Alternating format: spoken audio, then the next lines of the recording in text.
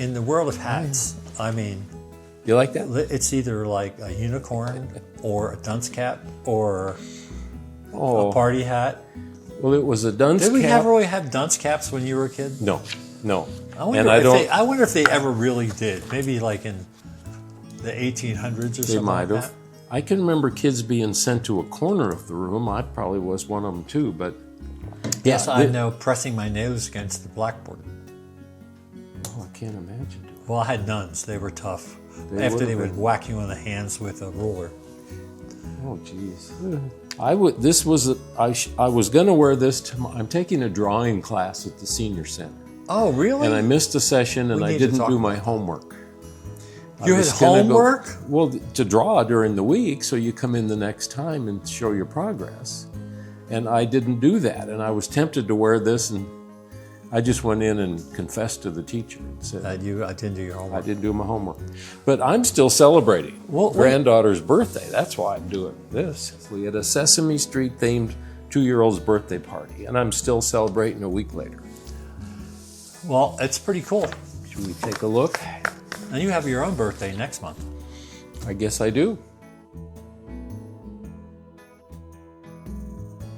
Hi, I'm Joe Farace. I'm Barry Staver.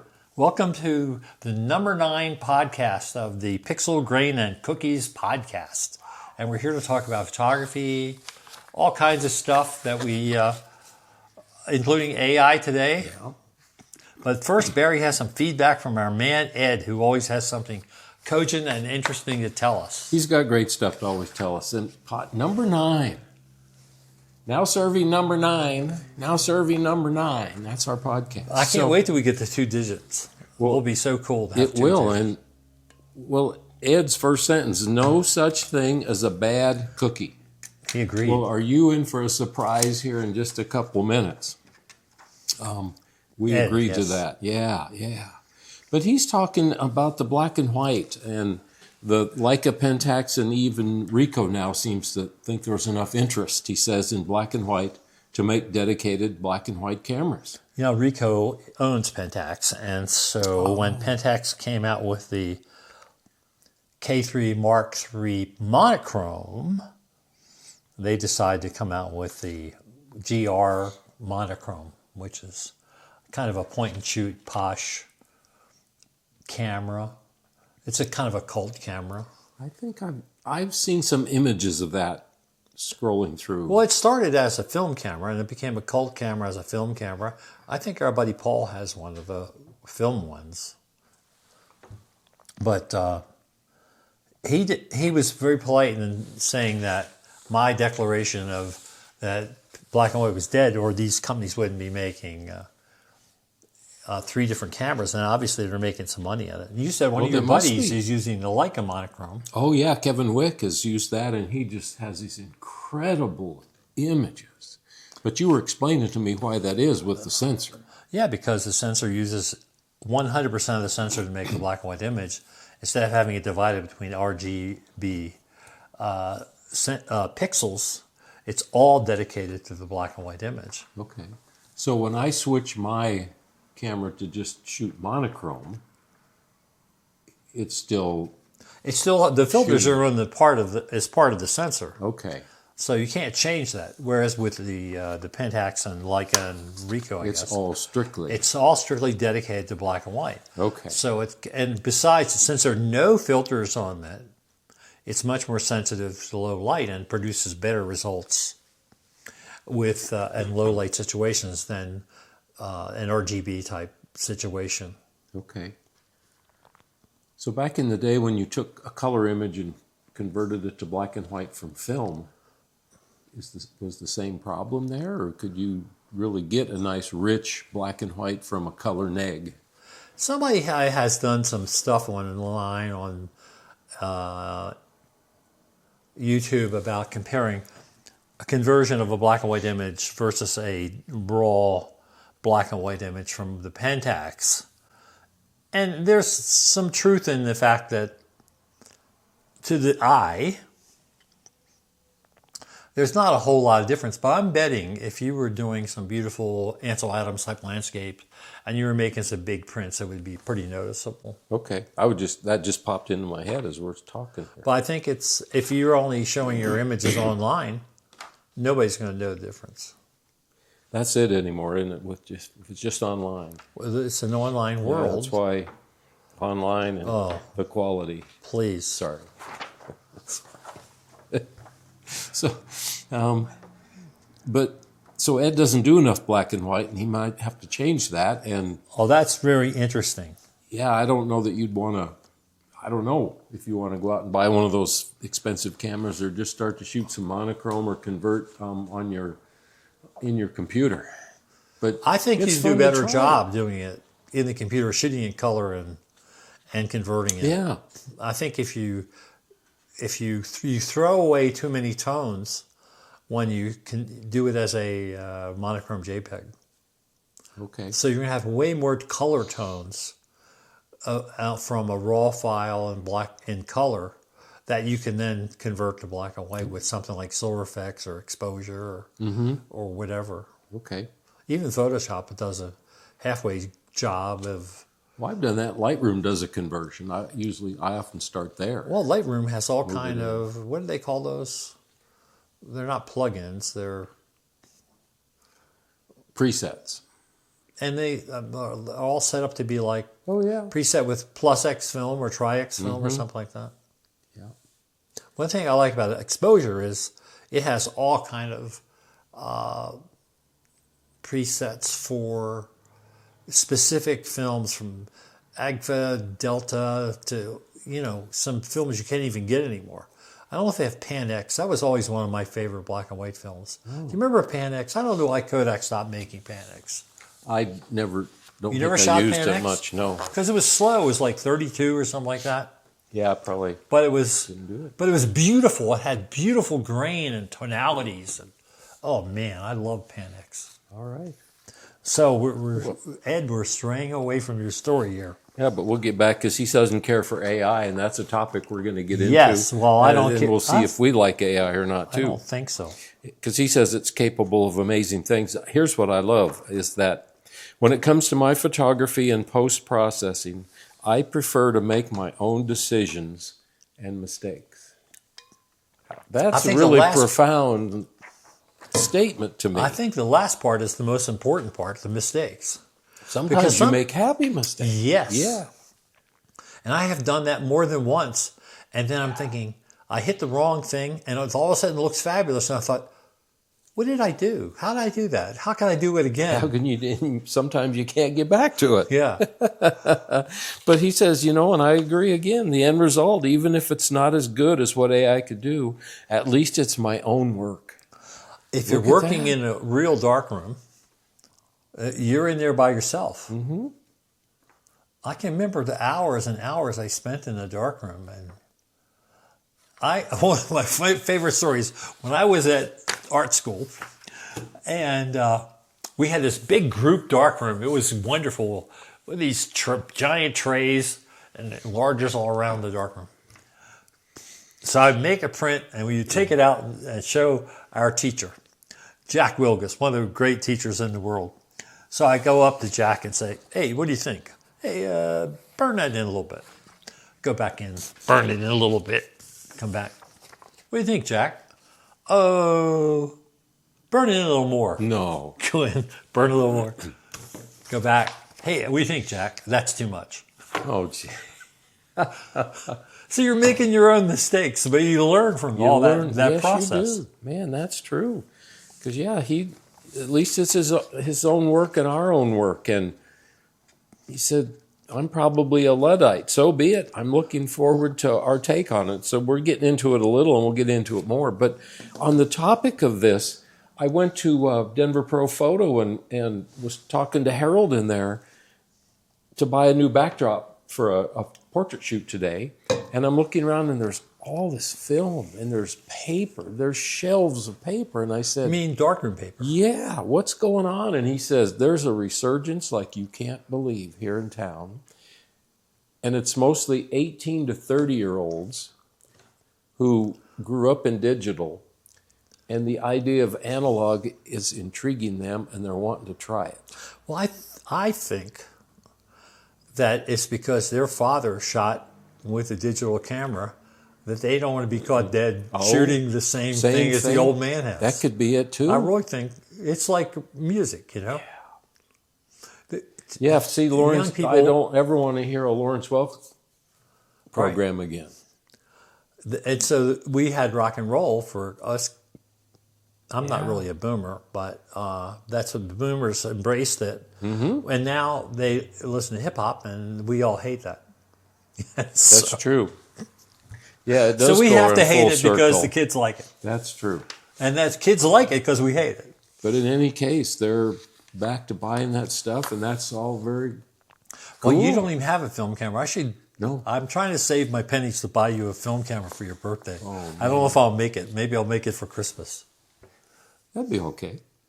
In the meantime, I need to switch mine to black and white and shoot more. The big problem is the best deals are from Japan, and there are tariff issues with making them more expensive than they should be. You're a Luddite, Ed. Okay. I'm not a Luddite. I don't think Ed is either. No, I'm sure he's not.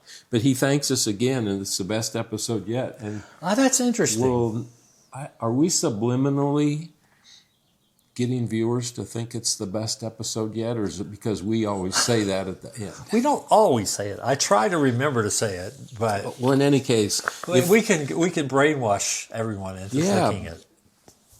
Or any maybe way you look like at the topic. It's fun, and it's a lot of fun setting up and doing these. So, yeah, that's it from our buddy Ed. Ed, if you were here in town, we'd sit you in this chair and we'd just have a little three-way conversation. I guarantee he's you. in Arizona, right? I know.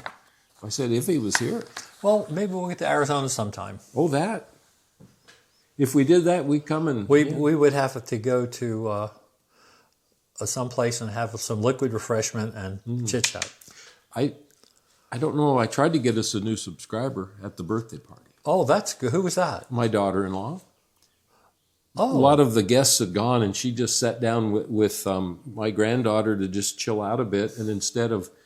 She switched the TV from Sesame Street to our latest podcast. Oh, really? I had her look it up. And my little granddaughter looked up and saw me on the screen. Papa, Papa. Oh, that's cool. But then she wanted to get back to Elmo and the other characters. Yes, if we had Elmo visit us. I've never seen myself on a big 50-inch screen like that. Did we look nice? Oh, we looked fabulous. Of course we looked nice. So there. So last time I mentioned. Yeah, that I want to hear about this. I mentioned that I was going to have a model shoot. Yeah, I think was it the next day or that day? I can't. Oh, it was, no, the, it was next the next day. day. Oh, next yeah. day. Well, it didn't happen because I think the model had an anxiety attack, and that happens. And that's not the first time that happened with a model.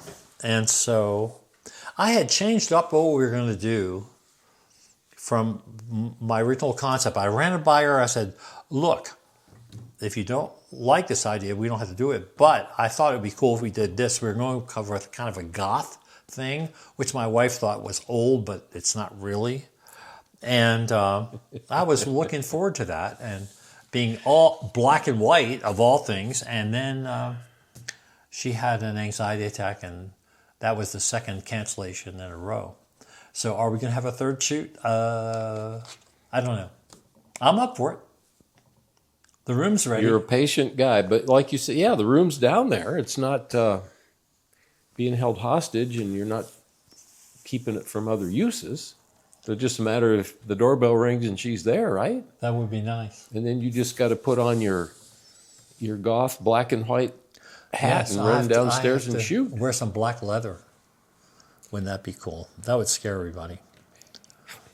Yeah, I'm not even going to go there. So you don't have a Harley anymore, do you? I actually had a BMW. Did you? A motorcycle. Really?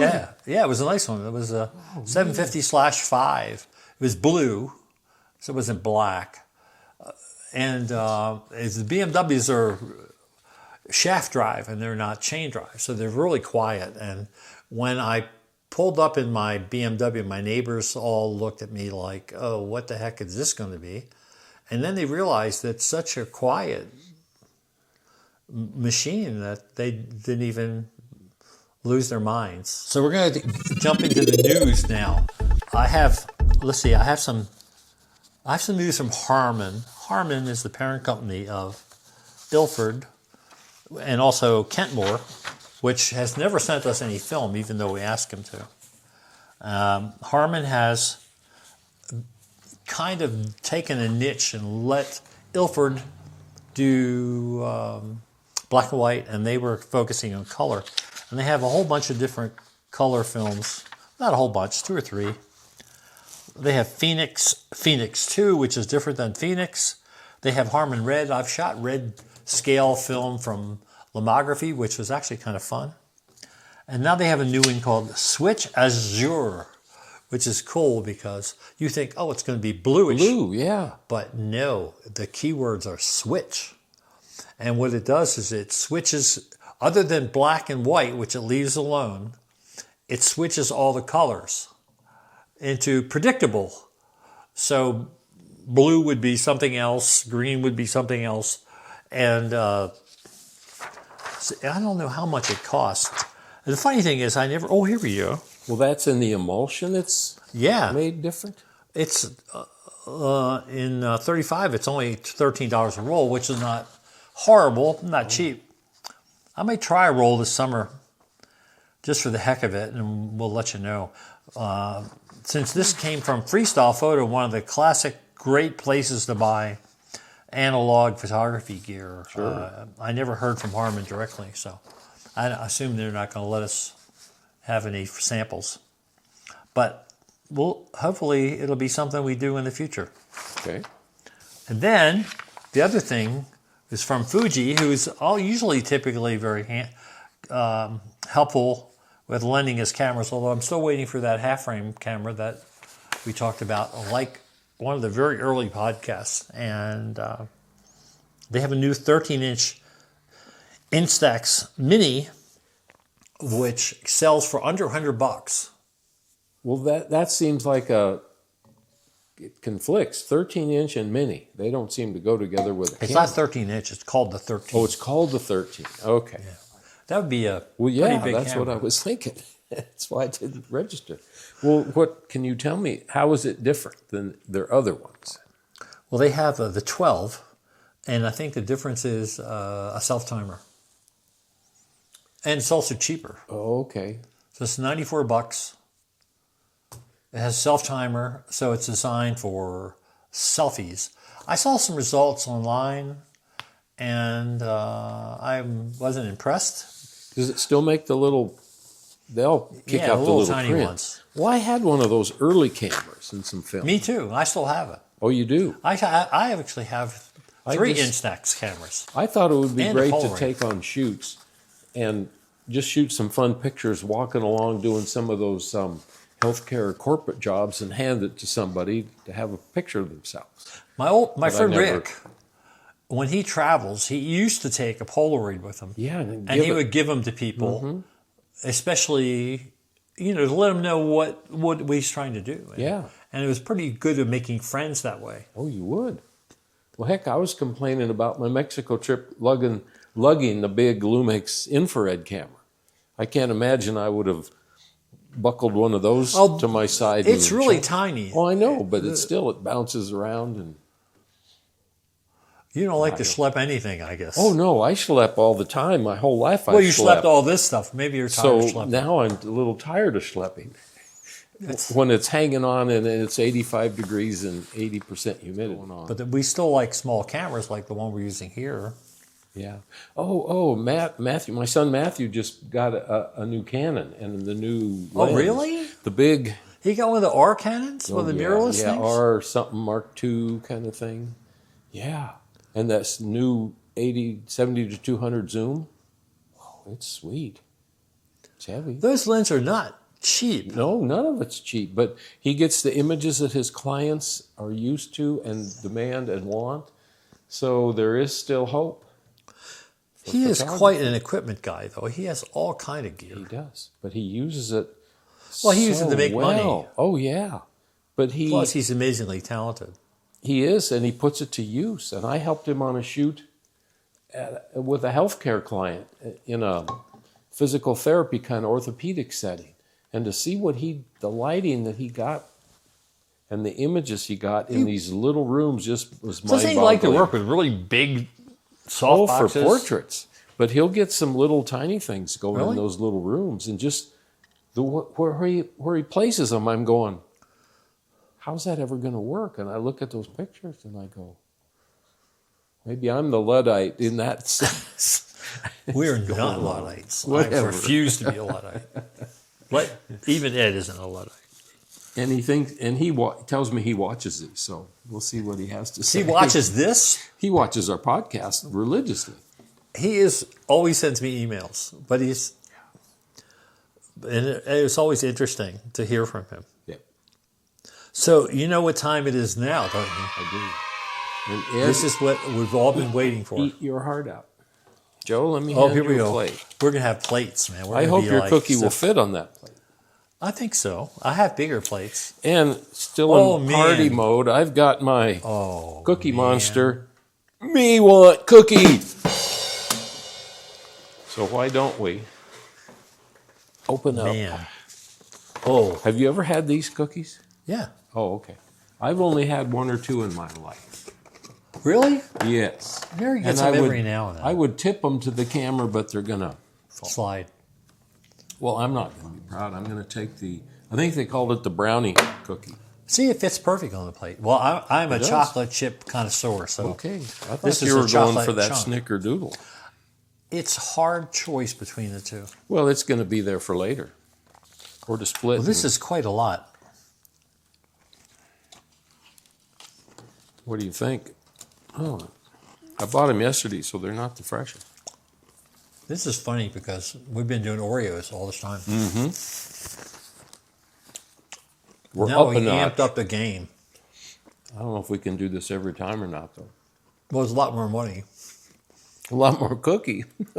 It's probably 3 boxes of Oreos, 4 boxes of Oreos.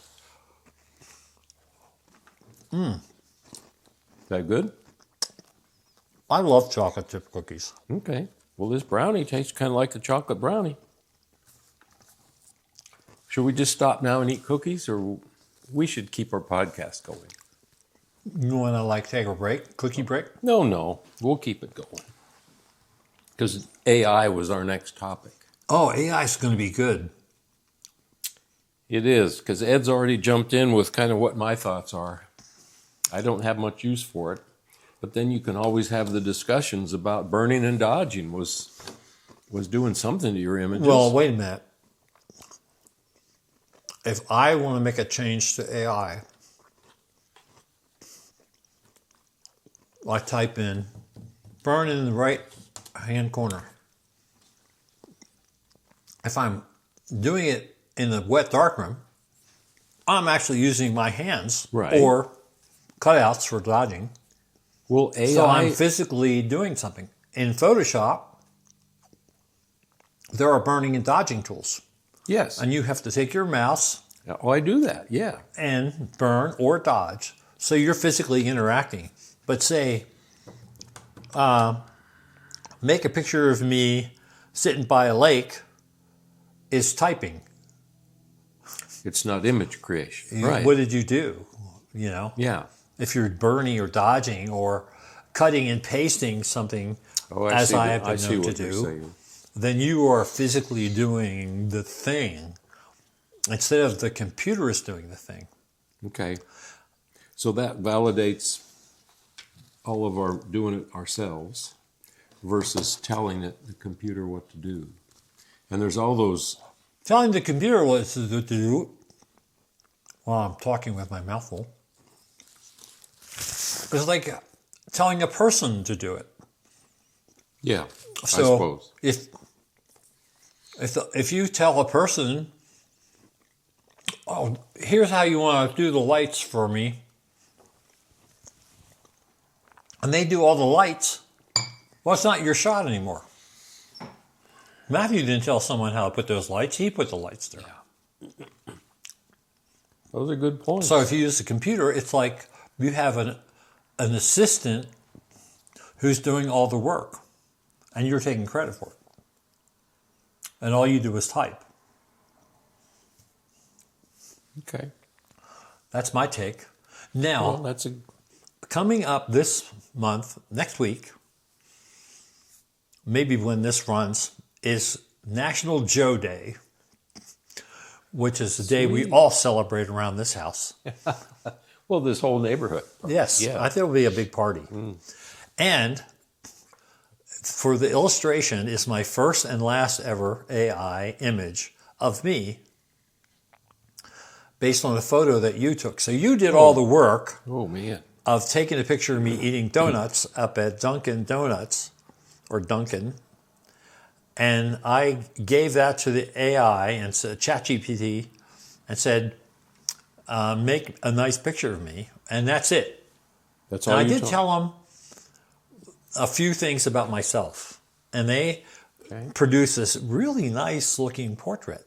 And maybe I can stick it in here. Oh, I hope you do. I haven't seen this. This is all news to me. And of me holding a generic camera, and it looks like me. It was really nice. Okay.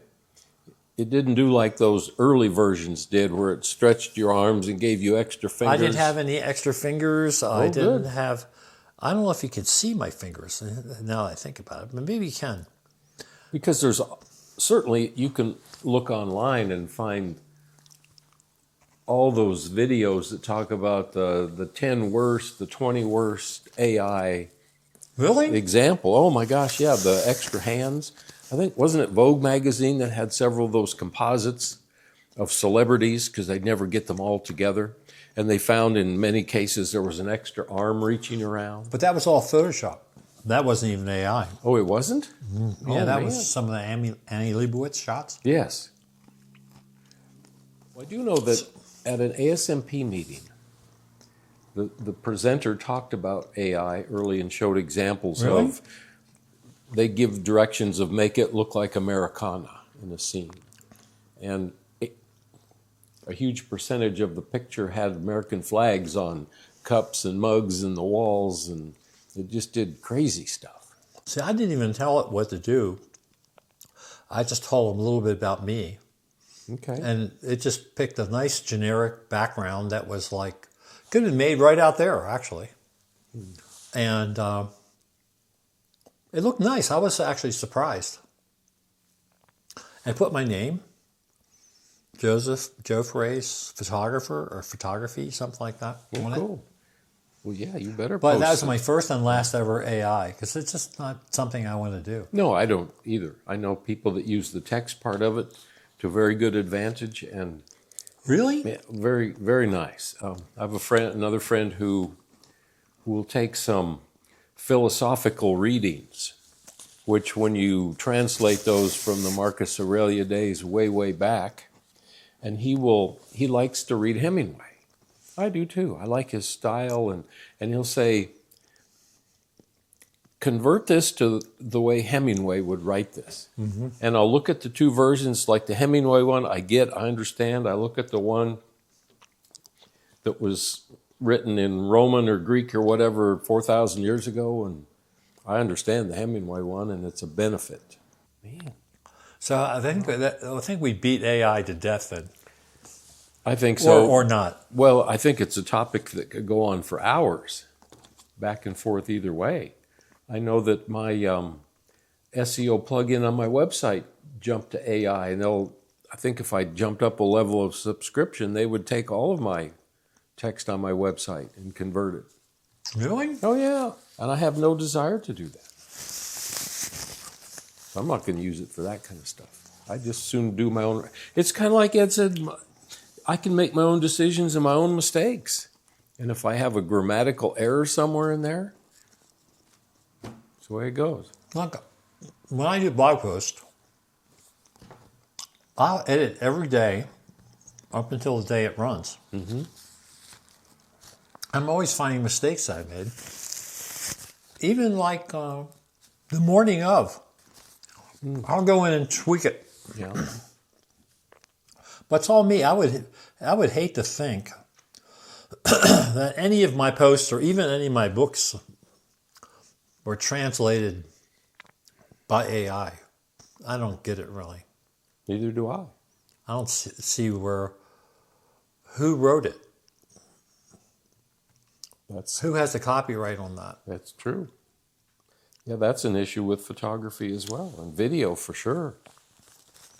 Oh, I see. I have a friend. I have two friends, actually, photographers, that do heavy AI postings on Instagram. And it's like, please stop doing this. I love you boys, but stop doing it. Because they're like stupid. Like, one of them was a glamour photographer, really good glamour photographer. But he like puts girls on like Mars with planets and comets and like, really? That's a picture? That's not a picture. No, not to me. It Not a sounds like picture a like- cartoon. And that's why I don't like these superhero movies anymore. They're just like cartoons. There's so much CGI stuff that it's like, wow.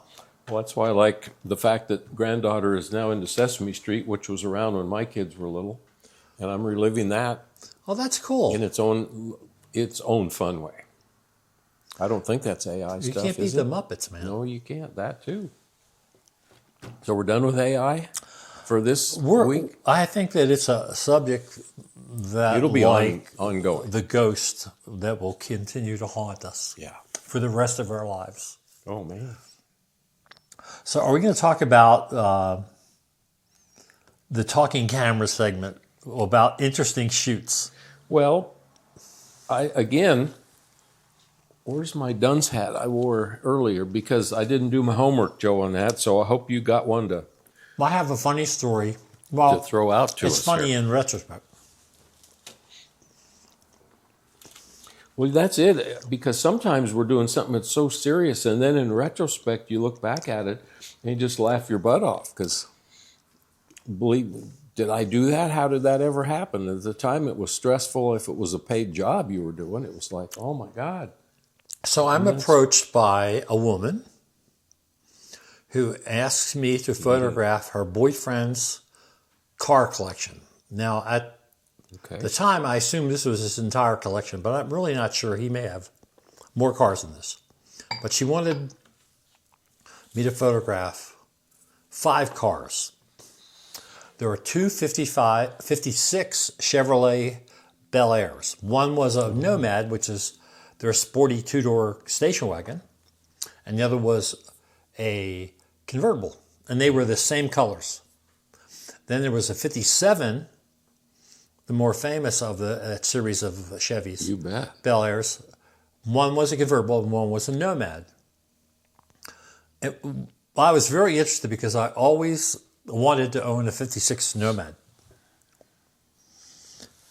And then the final car was a Chevrolet Corvette, a special edition, somewhere early 2000s. I think it was a C6 Corvette. And I decided I was going to shoot it on the grounds of a historical museum, an outdoor museum that had an old gas station, like from the 30s. And so I went down to the museum and I talked to the guy running the show. I said, I'd like to bring in like 5 cars and take some pictures of them here. And he said, sure, no problem. But do it after we're closed. We close at 4 o'clock. I'll leave the gate open for you so you can come in. Wow. And there won't be anybody here. Maybe I'll be here, but my car is around the corner. Great. So I talked to the client. We pick a day. I'll let the guy at the museum know we're coming on this afternoon. All right. So in the meanwhile, I recruit my next door neighbor who is an ex-Marine, and he's going to be my assistant, and he's going to be the coordinator for getting drivers, because we have to drive all those cars, plus our crew car, which we use his Dodge Durango, which also would have, I assigned him the job of getting me a 25-foot ladder Okay. and people to drive the cars.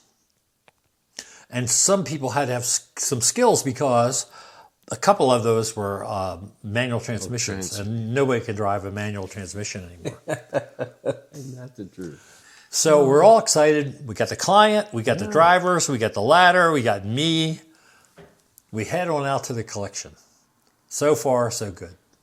We get there, and the 57 convertible has a flat tire. This is the omen that let us know how the day was going to go. Oh, jeez. And so this guy, he's young. He's an ex-Marine. He jumps in there. He pulls a spare tire out. He jacks that sucker up. He puts a spare on, sticks on the wheel cover, and we're off. And I'm driving the 56 Nomad. Oh, because so this that was is like before you get to the site. Yeah, we're at the collection. Oh, the collection. Okay. So I'm driving the 56 Nomad, and the thing I know within minutes is I'm so glad I never bought one. And I kept comparing it to my 53 Packard that I had at the time. That the Packard, even though it was older, by 3 years, is a much more solid, more contemporary even car. But that was anyway, everybody was in the car, so we're all driving down. So we get to the front gate, and the parking lot is full of cars. They're closed. The parking lot's full of cars. And we think, oh, what's this all about? So I go in, talk to the guy that I made the deal with. He said, well, the president of the Historical Society passed away, and we're having an emergency meeting. Oh, geez. And so I'm thinking, but all the cars are in the way. So I get the client, who just happens to be a beautiful blonde. More about that in part 1 of the story, which will be next time. I gotta wait. And I said, Jody, would you mind going in and talking to these boys and asking them to move their cars? Now, the parking lot's really big. For some reason, they decided to park down in front of the gas station instead of the lots of space up near the building they were having the meeting in. And maybe when they got there, the parking lot was crowded. That's all they could get. Could have been. So I sent her in there because I figured that they were going to be a lot nicer to her than they would be to me. I'd do the same thing. So she goes in there, and sure enough, within minutes, the cars start moving. Really? And they're gone and giving us the space we have. Now, when I went there the first time and got permission, I made some drawings of where the possible composition of this image. You really had this planned out. Oh, it was exciting. So after the cars get moved, meanwhile, the light, fortunately it was summertime, extended daylight hours. It was going to be nice light anyway. Yeah. And they move all the cars. Meanwhile, we're sitting around with our teeth in our face waiting to move all the cars. And so I get out my sketches. We set up the 25-foot ladder. I get up, and I'm like patting, okay, move the car here. You know, and I should have had a bullhorn, but I didn't. Put the 56 here, put that there. Okay. This is great. And then we notice that the wheel cover is missing from the 57 Chevrolet. Now remember, these are not our cars. They belong to Jody's boyfriend. Yeah. So now we send out whoever was driving the 57 to retrace their steps. Oh, geez. See where it fell to off? find where because that was the wheel that they changed the tire on.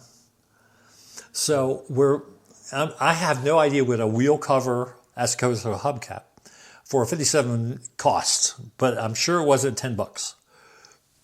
So they take off, and now once again we're sitting there with our teeth in our face, but I'm trying to move the cars around from the ladder. And we wait, I don't know how long it was, half hour or whatever.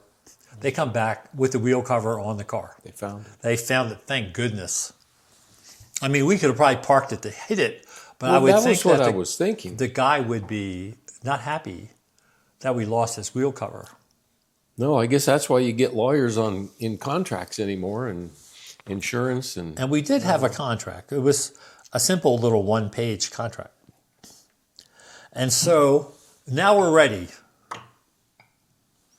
So I get up on the ladder.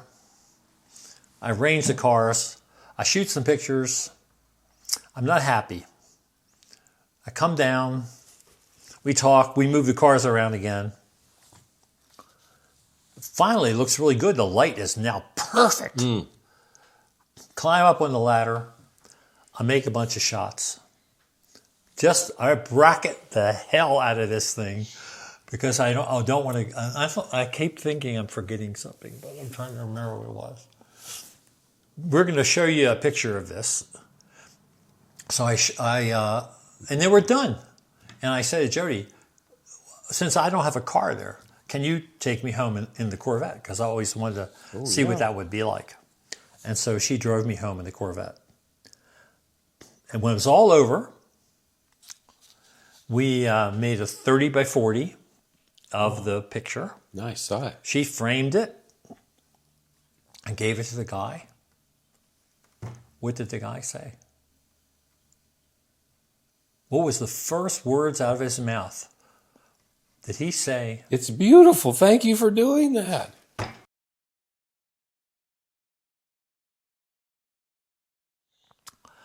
and the funny thing is, whenever I show this picture to people, they think I was just walking by this place. And there they were. And they were just parked. Oh, look at that, how nice that is. Click, and kept going. But that is not how it happened. Man.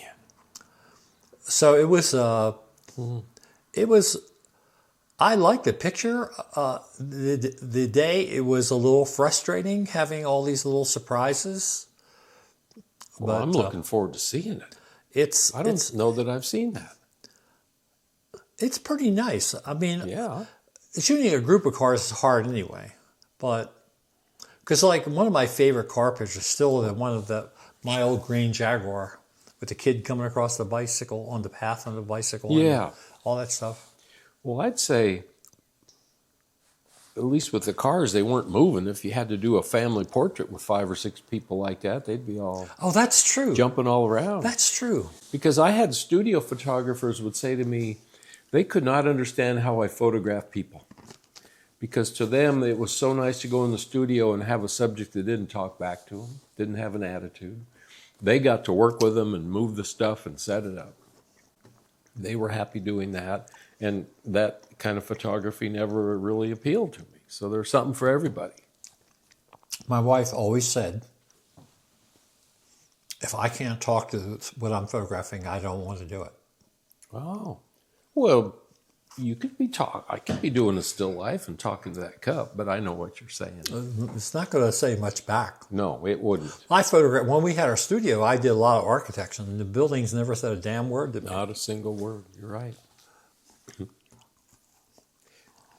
That's funny. So, next time, I'll tell you about how much I get paid, Oh, good. how I got the job, and what the negotiations were like. Well, that's good you told that story first, because then there'll be a sense of putting it all together. So, I think we're wrapping it up here I for think we today. did well. I still have half a brownie cookie to work on. And next time, I got an inspiration from a YouTube channel called Curmudgeon Show, which 2 guys like us talk about cars.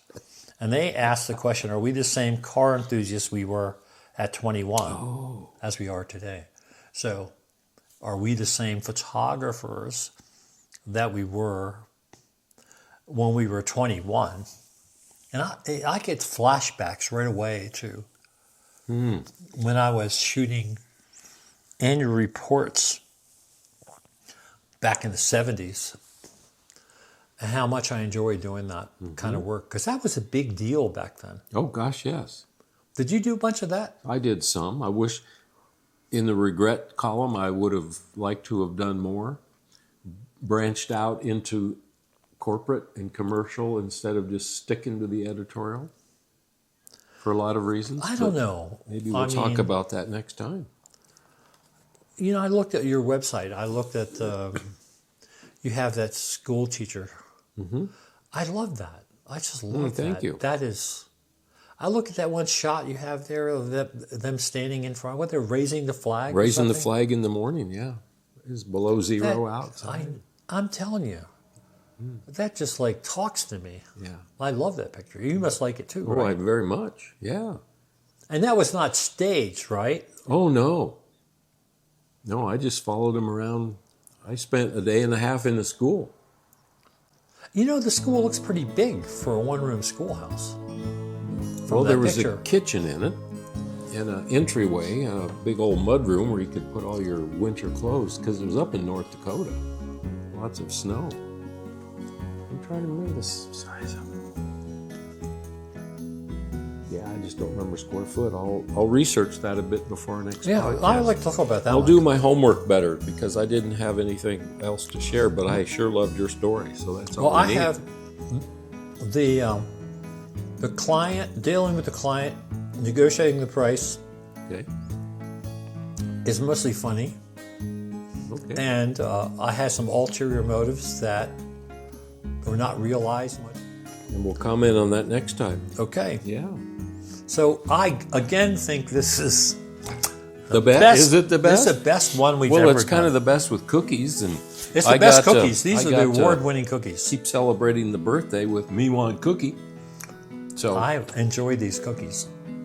Well, look, we got 3 to cut. We're going to cut each of those in half. Oh, man. Now I'm getting excited. Okay.